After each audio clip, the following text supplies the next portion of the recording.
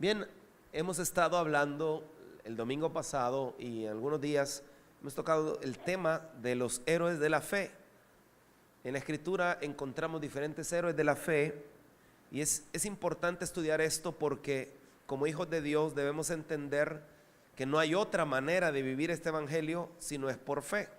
La Escritura dice: el justo por fe vivirá, y si retrocediere no agradará mi alma, dice el Señor.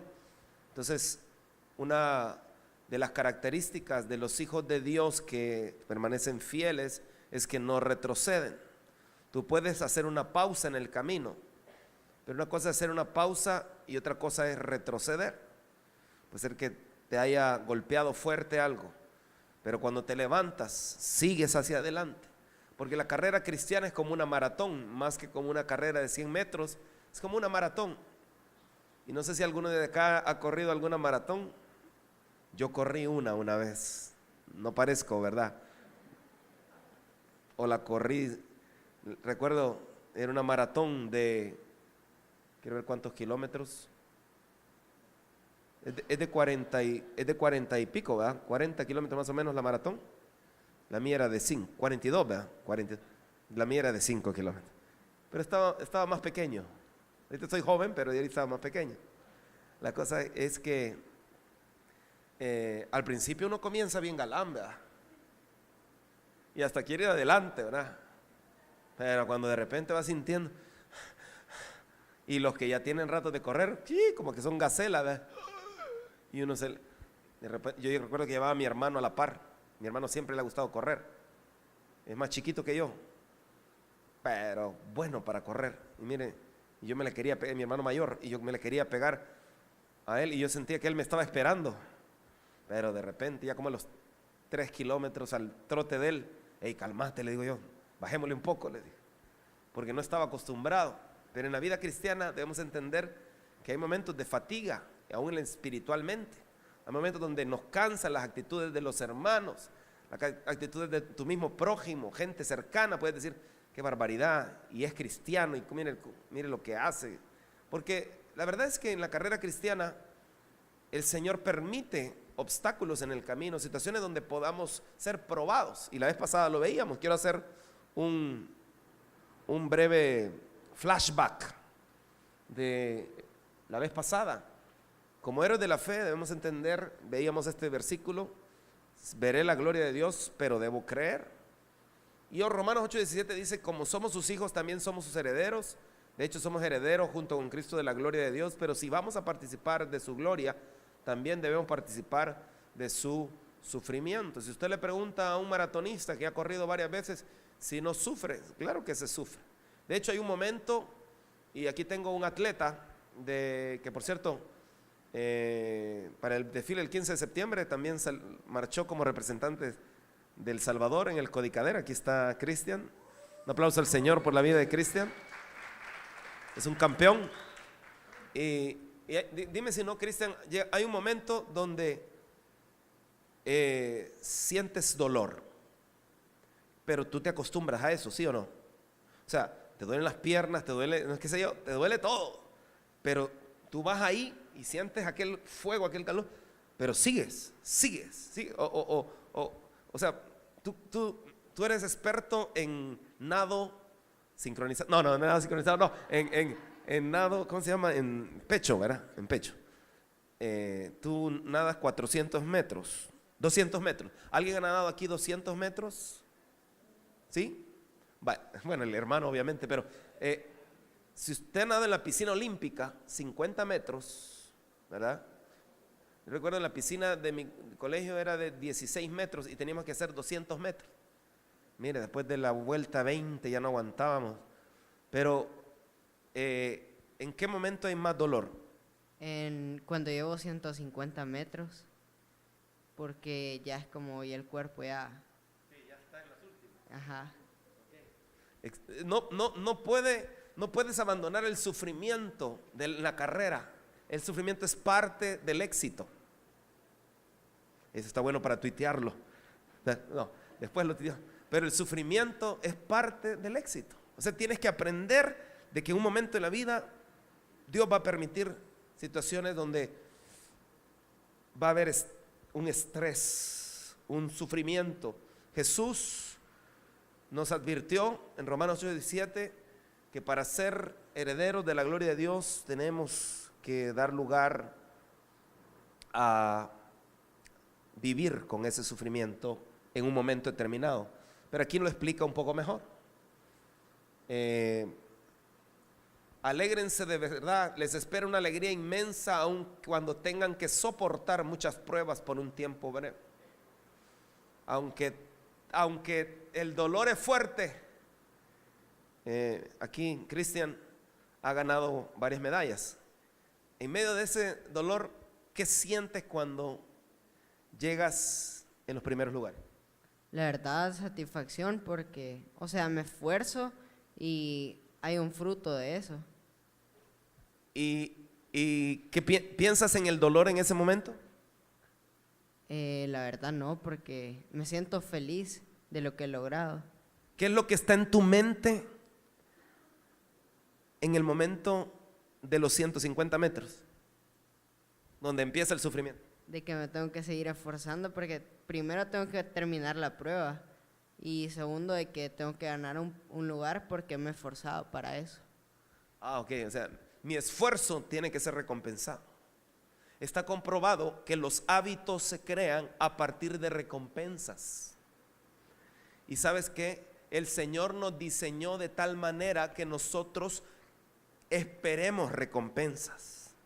Jesús vino aquí a la tierra y no creas que tenía su mirada en el sufrimiento ni en la cruz.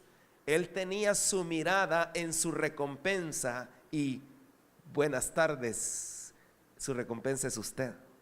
El Señor está enamorado de usted y de mí. El Señor, su recompensa, así como David cuando vio al gigante y todos miedosos, ¿y por qué le tienen miedo a este filisteo incircunciso que ha hablado en contra de los escuadrones del Dios viviente? Ese David era chiquitillo, pero sabía quién era su Dios. Pero me llama la atención lo que dice. ¿Qué dijiste que le van a dar al que derrote a este gigante? O sea, David tenía también su mente en la recompensa, porque así nos diseñó Dios. Y créeme que en Cristo está la mejor recompensa que podamos tener. Por eso vale la pena correr esta carrera, pero no se puede correr sin fe. Dice acá, estas pruebas demostrarán que su fe es auténtica. ¿Para qué son las pruebas? Diga conmigo, para demostrar que mi fe es auténtica. No lo vi muy convencido. ¿Para qué son las pruebas? Algunos con un lapicero en la boca. ¿Para qué son las pruebas? Para demostrar que mi fe es auténtica. Y dice acá, está siendo probada de la misma manera que el fuego prueba y purifica el oro, aunque la fe de ustedes es mucho más preciosa que el oro. Entonces su fe, al permanecer firme en pocas pruebas, dice ahí, es necesario diversas pruebas. Por eso que dice Santiago capítulo 1, tened por sumo gozo cuando os halléis en diversas pruebas. Les traerá mucha alabanza, gloria y honra, diga conmigo, recompensa, en el día que Jesucristo sea revelado a todo el mundo. Pero mire qué tremendo. ¿Qué significa tener fe? Tener fe es tener la plena seguridad de recibir lo que se espera, es estar convencido de la realidad de cosas que no vemos. Y dice el 3, por fe sabemos que Dios formó los mundos mediante su palabra, de modo de lo que ahora vemos fue hecho de cosas que no podían verse. Ahora, me llama la atención que dice, tener fe es tener la plena seguridad de recibir lo que se espera. ¿Alguien está esperando algo de parte de Dios acá? Pues cuando uno tiene la plena seguridad de algo, como cuando va el nadador, tiene la plena seguridad que va a llegar a la meta. Cuando uno tiene la plena seguridad de algo, camina en base a esa plena seguridad que tiene. Es como que si la novia le dijo que sí, ¿verdad? Entonces, she said yes, ponen, tuitean, ¿verdad? Y esa era la seguridad que necesitaba. yo dije, ya la hice. Estaba en un Mr. Donut y me le declaré al amor de mi vida. Y me dijo, sí, pero sería para casarnos, le dije yo. Porque yo no te quiero como novia solamente, sino para que seas mi esposa. Y entonces, o sea, no es que voy a jugar con tus sentimientos para ver qué tal y yo disfrutar en mi carne, besuquearme. No. Yo te respeto, te amo, y porque te amo, desde el momento que comenzamos a ser novios, quiero que me veas como tu futuro esposo. Si no te parece, mejor decime que no. Pero te amo. Y no sé si fueron las mismas palabras, pero eso es lo que había en mi corazón. Y allá hasta más de 20 años tenemos de estar casados ahí con mi esposa. Pero tener la plena certeza, plena seguridad, eso es lo que le falta a algunos. Una chica me decía acá, pero es que me hablaba de cierta persona, me decía, pero es que él no está convencido. Anda dando citas amorosas tras citas amorosas tras citas amorosas, y sale con uno, sale con otro, pero nunca tiene certeza y convicción. Qué importante, ¿verdad? Es tener certeza y convicción. En otras palabras, tener fe. Y es que dice, es que no sé, tal vez, y si me voy con ella y de repente viene otra que me gusta más. Dígame si no pasa eso en la mente de algunos. En realidad tú debes entender que la perfecta o el perfecto es solo Cristo. Entonces tú puedes, no, pero es que físicamente me atrae completamente. Qué bueno. Y entonces, pero es que cuando abre la boca, o dice, y el chico es bien dulce, ahí entonces, pero es feíto, dice. Mejor, porque cuando se le ven los dientes todos anicetos, ¿verdad? Dice. Hermano, ¿y no se puede así un balance? Claro que sí. O sea, si tienes certeza de lo que se espera. Recuerdo una chica que ella esperaba a alguien de parte de Dios. Ella pues había tenido amigos, pero esperaba y le decía, Señor, yo te pido que sea un hombre tuyo, que te sirva. Y bueno, tú sabes mis gustos, pero al final realmente tu propósito se cumple. Y ahora lo vemos y son una pareja y ya están en Portland sirviendo. Y viera qué bonita pareja. Hace poco vi un tweet que puso el esposo, le puso el amor de mi vida, no sé qué, y estamos en una cena romántica. Wow, y yo me acuerdo cuando ella oraba por eso. Certeza y convicción. Lo que afecta a tu fe es la duda. Cuando nosotros no tenemos certeza y convicción. Pero vayamos más adelante. La vez pasada vimos acerca del ejemplo de Abel. ¿Por qué Abel ofreció mejor sacrificio que Caín? Por la fe. Por la fe que Abel presentó a Dios una ofrenda más aceptable que Caín.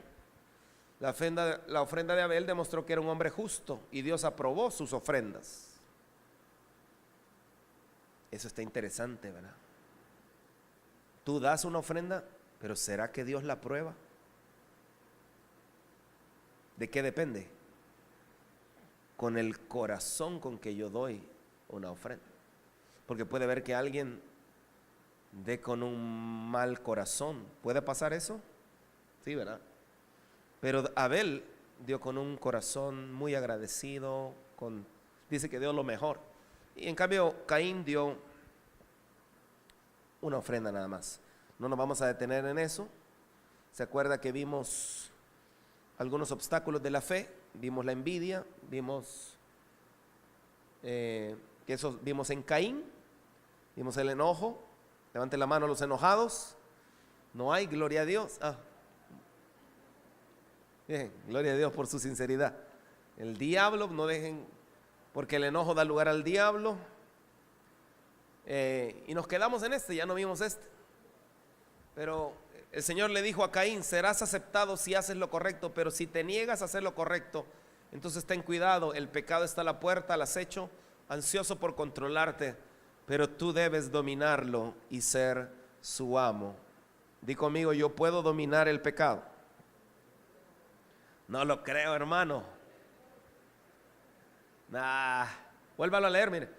El Señor le dijo a Caín: el pecado está a la puerta, al acecho y ansioso por controlarte, pero tú debes dominar. ¿Quién debe dominar el pecado? Y ser, es decir, ¿alguien ha tenido de perro un pitbull? Vimos una señora que llevaba un pitbull con mi esposa un día de estos. Híjole, menos mal que no íbamos caminando. El pitbull la llevaba a ella. Y así es el pecado con algunos, ¿verdad? Pero no, usted agarra el pitbull, te vas a quedar ahí. No te vas a quedar. No me vayas. Y enciendes la computadora y empiezas a meterte a internet. Y ahí va el pitbull, ¿verdad? No, pero contrólalo. Y dice ahí, ansioso por controlarte, como el pitbull. Pero tú debes dominarlo y ser su amo. ¿Quién es el amo del pecado? Yo, con Cristo, obviamente. Pero mira, Caín no pudo dominar el pecado. No quiso por su mal corazón. Dice, mira qué interesante, 1 Juan 3:12, no debemos ser como Caín, que pertenecía al maligno y mató a su hermano. ¿Por qué mató Caín a Abel? Leámoslo. ¿Por qué lo mató? Porque Caín hacía lo malo y su hermano lo recto. Mire qué sencillo. La maldad, tenemos que tener cuidado. Un obstáculo de la fe es la maldad. Pero el Señor tiene el poder de cambiar el corazón malo en un corazón bueno.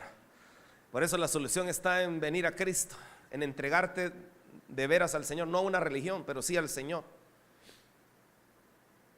Dice la Biblia que había un hombre que era tan malo que les quitaba el pisto a la gente. Cuando daban sus impuestos, les pedía más y se quedaba con el impuesto. El hombre era chaparrito y lo odiaba a la gente porque sabían de sus movidas, pero no le podían decir nada porque él tenía guaruras de los romanos, que como él estaba recolectando impuestos, lo protegían. Entonces, más mal les caía porque no le podían hacer nada. Pero este hombre era malo, pero un día supo que Jesús iba a pasar. Se subió a un árbol y Jesús lo vio. Oh, qué bendición cuando el Señor nos mira, ¿verdad? No es que nosotros hayamos sido lo suficientemente inteligentes para venir a Cristo, es que el Señor nos amó primero, ¿verdad? Y dice que le dijo, hoy tengo que ir a comer a tu casa. Se autoinvitó, ¿verdad? El Señor. Le dice a la More, hoy tengo que ir a comer a tu casa. ¿Y vos? ¿Es que vas a traer los frijoles? ¿Me va a decir o qué? Pero el Señor se autoinvitó. ¿Pero por qué? Porque la gloria de Dios iba a visitar a Zaqueo. Y dice la Biblia que entró Jesús a la casa. Cuando Jesús entra a tu corazón, mira lo que dice que Zaqueo de repente dijo,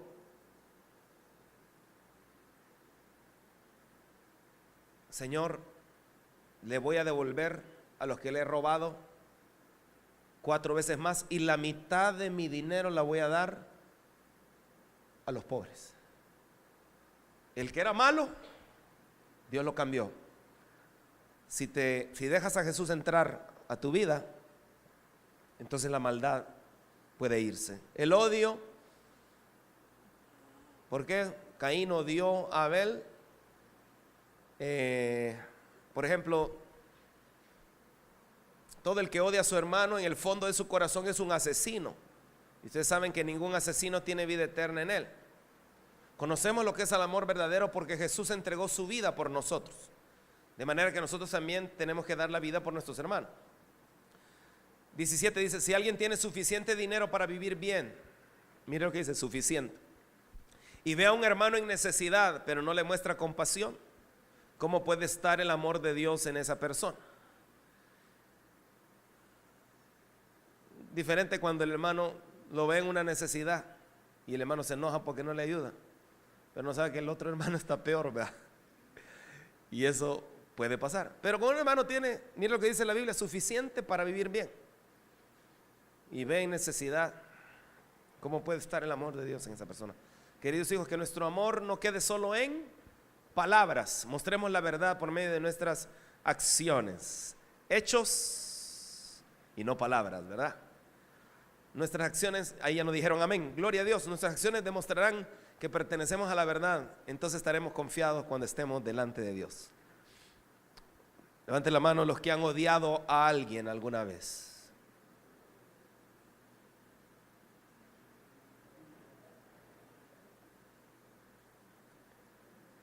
Ahora la pregunta del millón es, ¿le has dicho a esa persona que lo odiabas?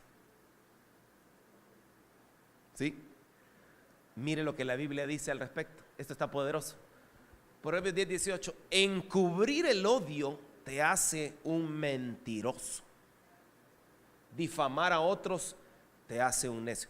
Pero mire, entonces si yo odio a alguien, según la Biblia, para no pecar, yo tengo que irle a decir a la persona, no mentir.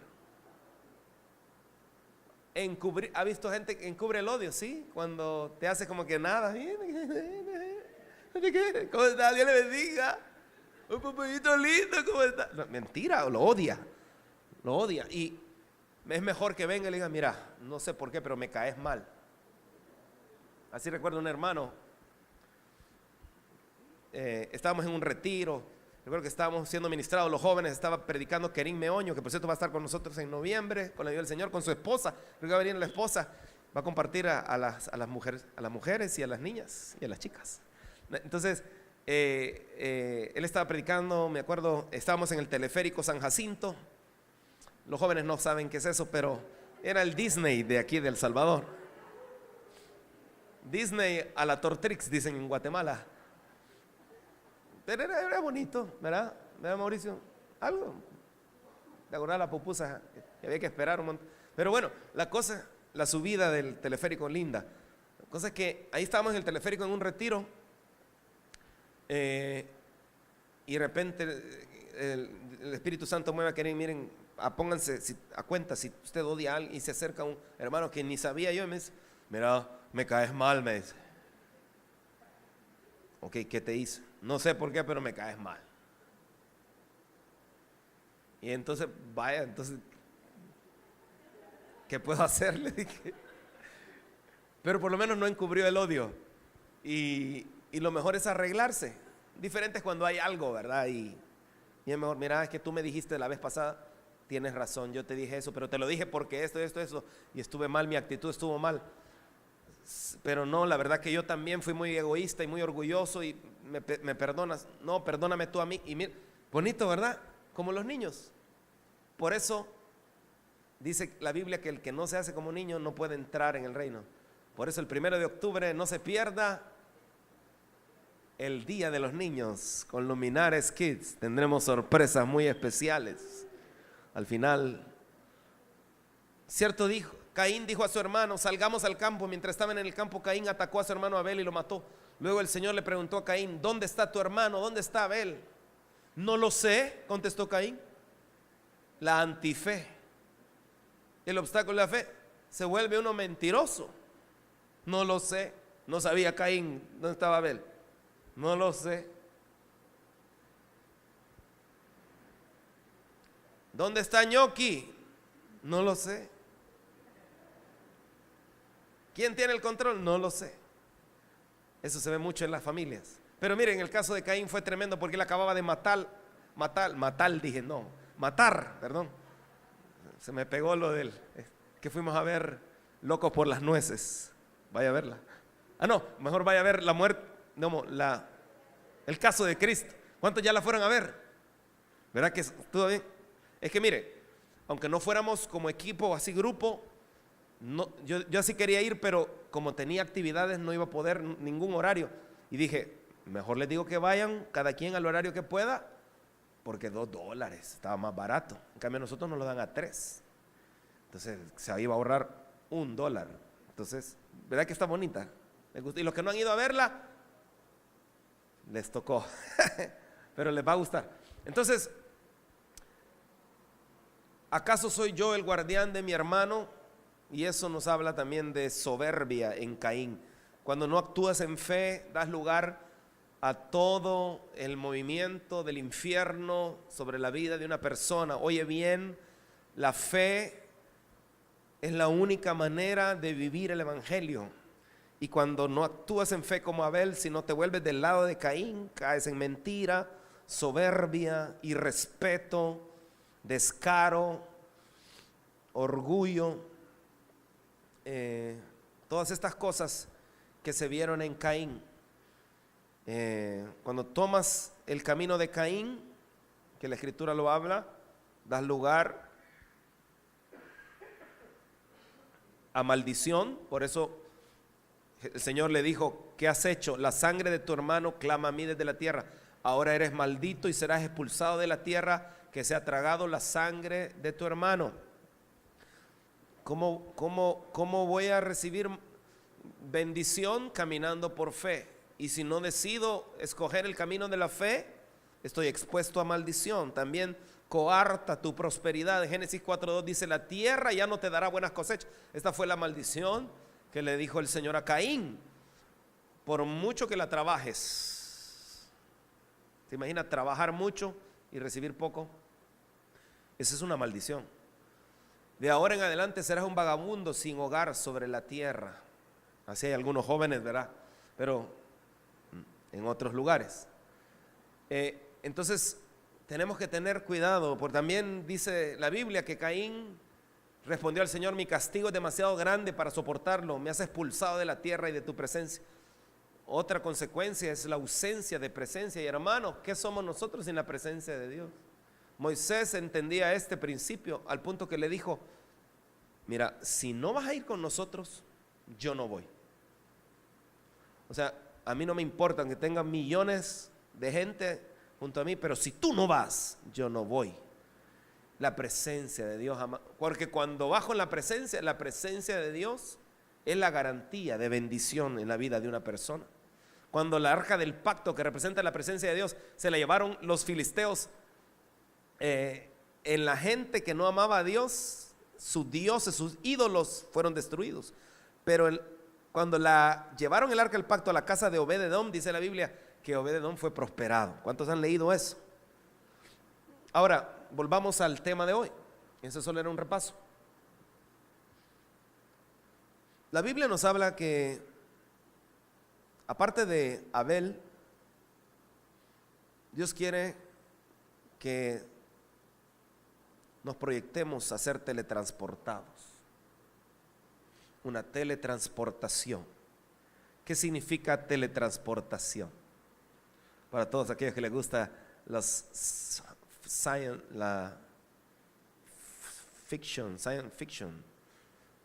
ciencia ficción. ¿Se acuerda de Viaje a las Estrellas? Subían acá, no era un ascensor, o sea, en un lugar, se ponían allá, de repente aparecían en el planeta. En realidad los actores se movían, ¿verdad? Al set 4, pero qué chivo, ¿verdad? Yo lo veía y dice que, aunque no era muy fan de esto, más de Star Wars que de esto, pero me gustaba la teletransportación. Y bueno, ¿y qué tiene que ver esto con la fe?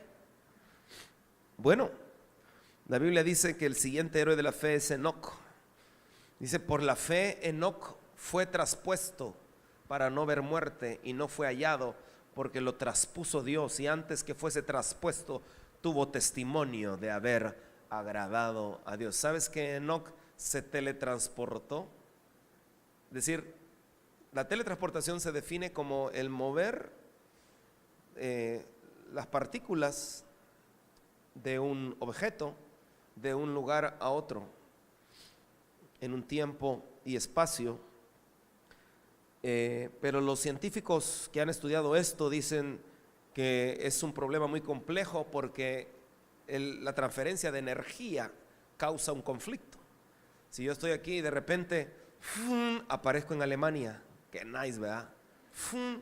Aparezco en Japón, qué bonito, ¿verdad? Pero eso fue algo que Enoc agradó tanto a Dios que un día el Señor él no vio muerte, todo su cuerpo fue teletransportado a la misma presencia del Señor. ¿Y sabes que el Señor se teletransportaba también? ¿A poco, mi hermano? Sí, dice la Biblia que cuando Él resucitó, por eso los que agradan a Dios pueden hacer cosas que desafían las leyes naturales. Los que agradan a Dios, por eso que para el que cree todo es posible, y sin fe es imposible agradar a Dios, pero para el que cree y agrada a Dios no hay límite. Por eso que el Señor caminó sobre las aguas, desafiando las leyes de la gravedad. Dice la Biblia que Jesús, cuando ya había resucitado, de repente estaban los discípulos preguntando: miren, dicen que resucitó, su cuerpo ya no estaba, y de repente el Señor se les apareció ahí, se teletransportó. ¿Y sabe qué? El Señor comía, o sea, era un cuerpo como el, tóquese usted ahí, como ese cuerpo era, ese cuerpo, y comió pescado, ¿verdad, mi hermana Amor? Usted estaba ahí, usted se lo calentó. Pero, hermano, él es cosa sobrenatural. Ahora, ¿de qué nos habla? ¿Cuántos no quisieran no ver muerte? Yo por lo menos, usted no, pero yo así me gustaría que de repente aparecer allá. Pero eso solo Dios lo conoce. Ahora, ¿sabes tú que el arrebatamiento es una teletransportación también? El Señor, pues, seremos arrebatados en las nubes, dice la Biblia. Es decir, que con todo y cuerpo. Y los muertos en Cristo resucitarán. ¿Y cómo va a ser eso, mi hermano? Que de repente esas partículas se van a formar, y los muertos en Cristo, y de esos huesitos, mucha película ha visto usted, mi hermano, un poquito, pero mire, la cosa es que van a resucitar. Van a resucitar. El huesito ahí, lo que haya quedado. Si acaso no dice Ezequiel del valle de los huesos secos, ¿verdad? Huesos, llénense de piel. Y empiezan los huesos a llenarse de piel. Espíritu de los cuatro vientos. O sea, mire, es que no es ciencia ficción, es realidad lo que le estoy hablando. Entonces, ¿cuántos anhelan resucitar con Él? ¿Y cuántos anhelan irse con Él sin ver muerte? Cualquiera de las dos nos va a tocar para los que hemos creído en el Señor. Pero Enoc tuvo la dicha de irse con Dios porque caminó con Él. Dice, pero sin fe, este versículo famoso, es imposible agradar a Dios, está amarrado a lo que están hablando de Enoc. Ya se dio cuenta. Enoc fue traspuesto porque tuvo testimonio de haber agradado a Dios. Pero sin fe es imposible agradar a Dios, porque es necesario que el que se acerca a Dios crea que le hay y que es galardonador de los que le buscan. Dios me diseñó a mí con la capacidad de generar hábitos, y el hábito se genera a través de recompensas. Así nos hizo el Señor. ¿Qué significa esto? Que hay recompensa. O sea, aunque no la veas, aunque digas por gusto, aunque ores y no suceda nada, sí hay recompensa. Lo que pasa es que Dios es un Dios que prueba, pesa el corazón, maratón, hay que seguir. Pero es que no veo nada. Sigue tocando a la puerta como la viuda de Lucas 18. No la viuda de labios prominentes, sino la viuda de Lucas 18, que dice la Biblia que llegaba donde el juez injusto y le decía: hazme justicia de mi adversario, vieja loca, váyase, ya es bien tarde. Hazme justicia de mi adversario, ya le dije que se vaya, vieja. Y él seguía tocando: hazme justicia de mi adversario. Dice la Biblia que el juez iba a decir: ¿por qué me molesta esta señora? Le voy a hacer justicia. Y eso lo habló el Señor para enseñarle a sus discípulos de la necesidad de orar y no desmayar. Dice Lucas 18, capítulo 1. Necesidad de orar y no desmayar. Cuando no hay fe, no oras. Cuando la fe está debilitándose, dejas de orar. Y Enoc caminó con Dios. Y de Enoc aprendemos, mire cómo fue en Génesis. Dice, vivió Enoc, mire qué interesante, 65 años y engendró a Matusalén. Y caminó Enoc con Dios después de que engendró a Matusalén 300 años y engendró hijos e hijas. Y fueron todos los días de Enoc 365 años. ¿A alguien le suena familiar ese número? Caminó pues Enoc con Dios y se teletransportó. Desapareció porque le llevó Dios. O sea, la diferencia es que no llevó solo su alma. Entonces fue como el Señor, como Jesús, que su cuerpo no lo hallaron, porque todo su cuerpo, porque acuérdense que llega ese cuerpo y es glorificado. Igual para estar delante de la presencia, tuvo que haber entrado Enoc y le tuvieron que glorificar. Pero con el ejemplo de Enoc, el Señor nos quiso dar a entender que sí se puede caminar con fe y agradar a Dios, porque Enoc vino en un tiempo que Jesús todavía no había venido. Entonces Enoc nos comprueba de que sí se puede caminar con Dios y agradarle en este mundo que es tan difícil. Dice, y yo quisiera que usted se dé cuenta lo que aprendemos de Enoc. Quiero hablarle rápidamente de 4 o 5 lecciones de fe en Enoc.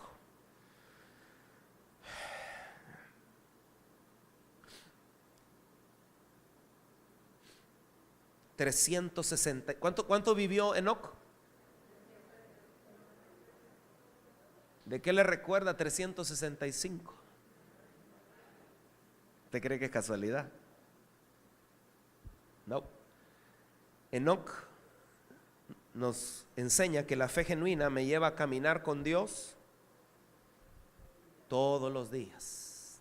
Todos los días. ¿Cuánto tiempo caminó Enoc con Dios? No.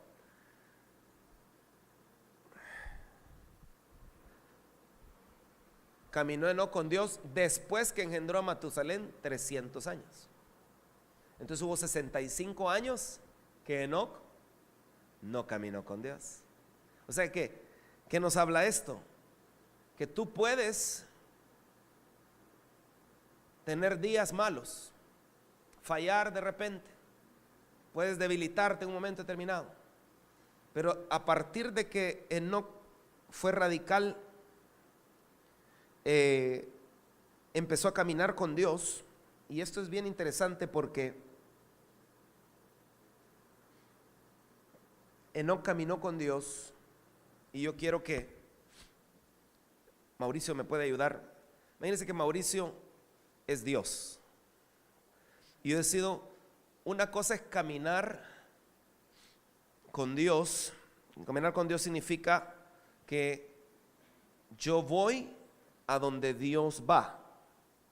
Vaya, camina, Mauricio.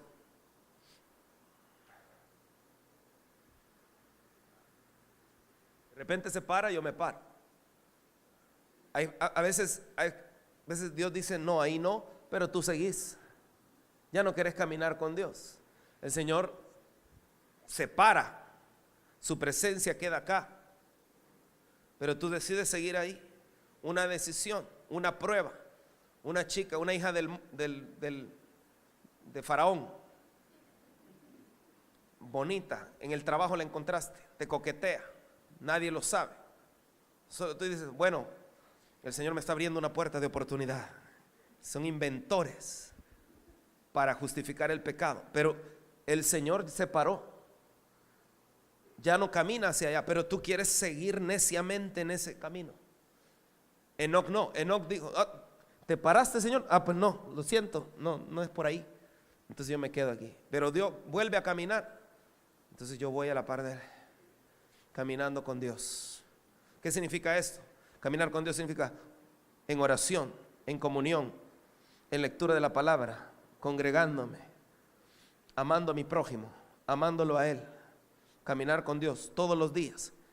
De repente yo digo, una al año no hace daño, y de repente me le quiero salir al Señor, ya no caminar con Dios, sino caminar, hagamos de cuenta que David es el enemigo. Entonces digo, y el enemigo quiere, mira, caminemos para este lado, y el enemigo te dice, porque tú o caminas con Dios o caminas con el diablo, pero no hay término medio. Entonces viene el diablo, y entonces me quiere llevar a fornicación, me quiere llevar y que está buena. Sí, está buena. Y no es muy cara. No, es barata. Ok, no. Y entonces empieza a caminar ya no con Dios. ¿Y cómo saber cuál caminar con Dios? Para eso está su palabra, para eso está su espíritu que mora en nosotros, porque nos guía a toda verdad. Entonces Gracias al diablo. Ya no, a David. Entonces, antes de que se siente Mauricio, ¿caminó con Dios los 365? No, caminó 300. Sí, es que nos habla de eso. Puede que no todo el tiempo, pero el hecho es que cada día, por eso están los 365, cada día tú lo vivas como si fuera el último día.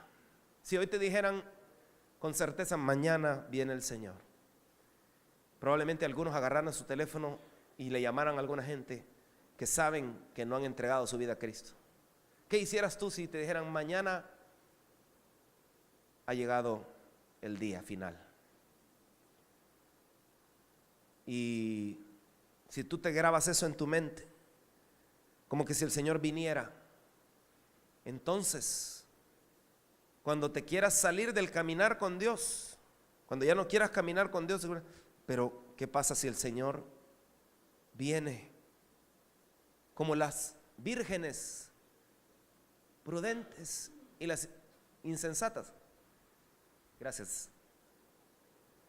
Dice la Biblia que había vírgenes prudentes que guardaban aceite, pero había otras vírgenes que se fueron dejadas, en buen término salvadoreño, dejadas. No fueron cuidadosas, fueron necias. Y al final vino el Señor y les dijeron a las otras, denos aceite. No, porque si no, ya no vamos a tener, mejor vayan a comprar. Y en lo que fueron a arreglarse ya era muy tarde. Por eso, ¿cuándo tenemos que estar a cuentas con Dios? ¿Cuándo tenemos que ordenar nuestra vida? ¿Cuándo tenemos que arreglarnos? El tiempo es... ¿Cuándo debemos caminar por fe? Ayer. Caminar con Dios significa llevar la cruz. Cantábamos durante la alabanza, cargaste tú mi cruz. Sí, Él cargó la cruz del Calvario, porque esa cruz del Calvario, ahí el que tenía que estar crucificado era yo, por mi pecado, no el Señor. Eso fue un cordero sustituto.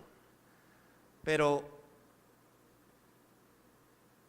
la Biblia dice, el que quiere venir en pos de mí, niéguese a sí mismo, tome su cruz. A nosotros nos toca llevar la cruz todos los días, 365. Enoc. Entonces, la fe genuina me lleva a caminar con Dios todos los días. Puedo haber fallado, pero retomo el camino y vuelvo a caminar con Él. Si fallé y el Señor tuvo misericordia y me dio una nueva oportunidad, hermano, levántate con gratitud y dile, Señor, gracias por esta oportunidad, me pego a ti, voy a caminar contigo. No continúes en el pecado. La mujer adúltera le dijeron, vete y no peques más.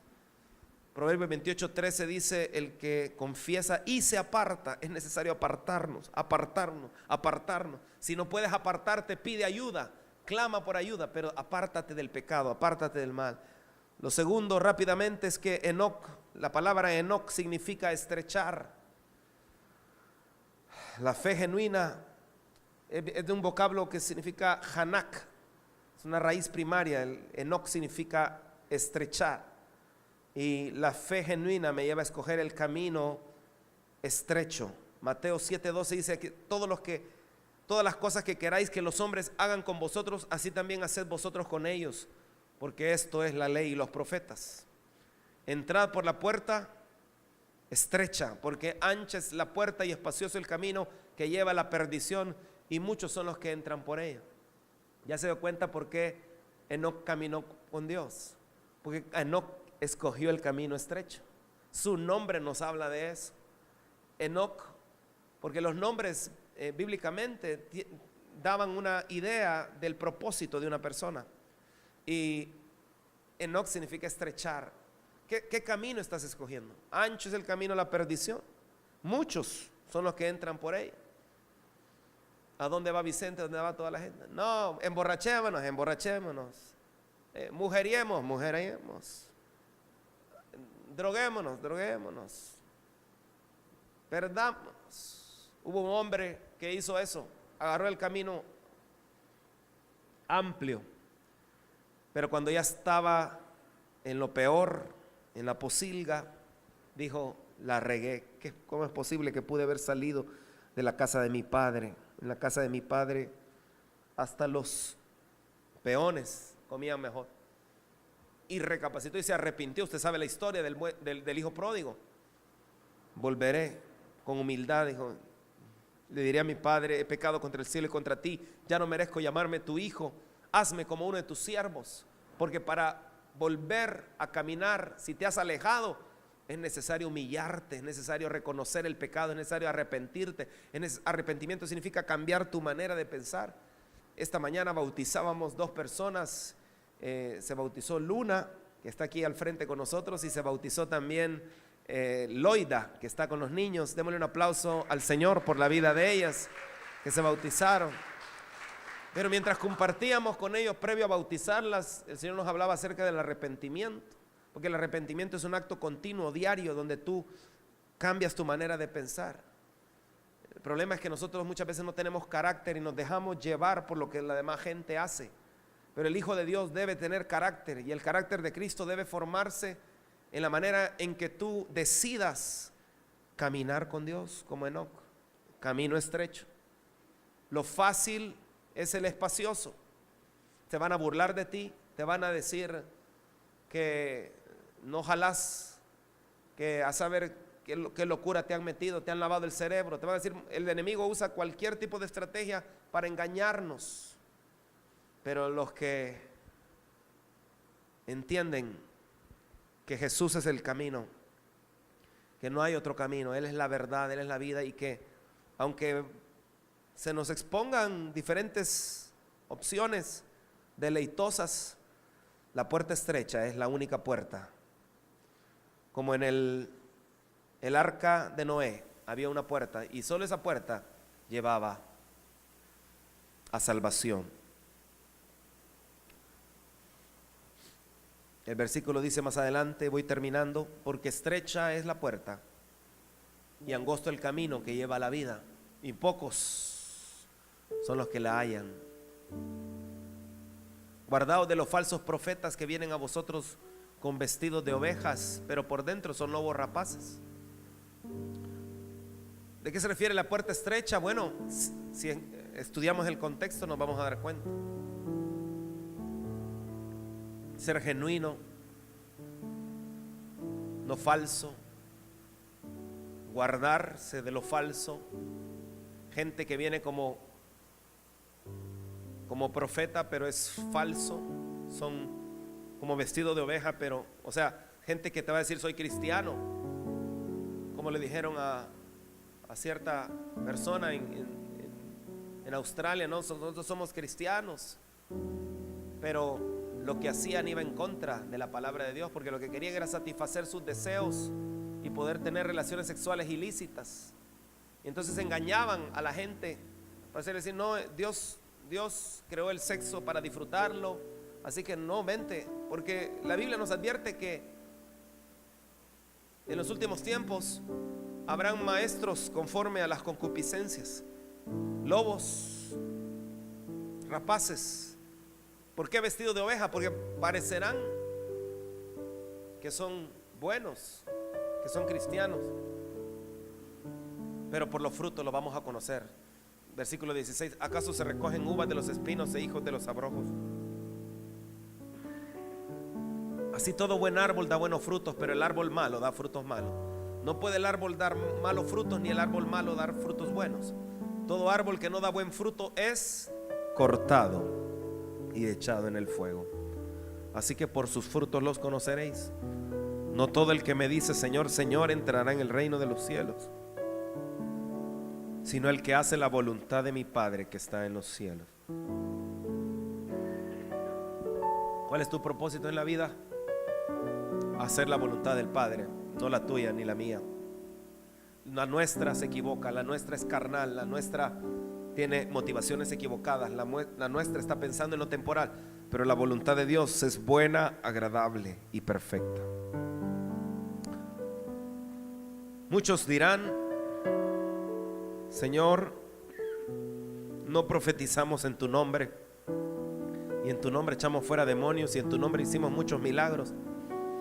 Y entonces les declararé: nunca os conocí, apartados de mí, hacedores de maldad. La puerta estrecha tiene que ver con hacer la voluntad de Dios. La puerta estrecha tiene que ver con caminar con Dios y no con lo que yo quiero hacer. Que se pueda ver muy cristiano y muy espiritual, pero si Dios no me ha mandado a hacerlo, si no es su voluntad, es la puerta amplia y no la estrecha. Lo importante es que cuando lleguemos delante de su presencia nos diga: ¿y tú quién eres? Nunca te conocí. Sino que el Señor nos conozca, porque caminamos con Él como Enoc y buscamos hacer su voluntad. En caminar con Dios como Enoc caminó.